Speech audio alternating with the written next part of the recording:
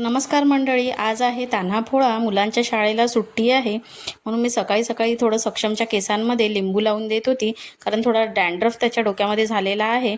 आणि त्यानंतर मी माझ्या क्लिनिंगला लागले. आज काही डब्याची वगैरे घाई नाही आहे, मला थोडा हॉलची साफसफाई वगैरे करून घ्यायची होती म्हणून मी सोफा वगैरे सरकवून घेतला आणि तिथून झाडून घेतलं.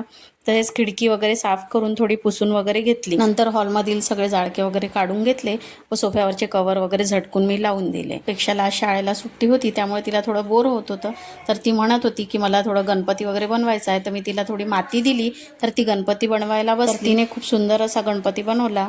तर सगळी कामे वगैरे आटपली आहे आणि घराकडे म्हणजे माझ्या घराकडे इथे कालीमाताचं मंदिर आहे. त्या ग्राउंडमध्ये संध्याकाळी तान्हापोळा भरत असतो, तर आम्ही तिथे संध्याकाळी तान्हापोळा बघायला आलो आणि आम्ही छान तिथे एन्जॉय केलं. व्हिडिओ आवडला असेल तर प्लीज लाईक आणि सबस्क्राईब करा आणि गणपती कसा वाटतोय ते कमेंट करून नक्की सांगा.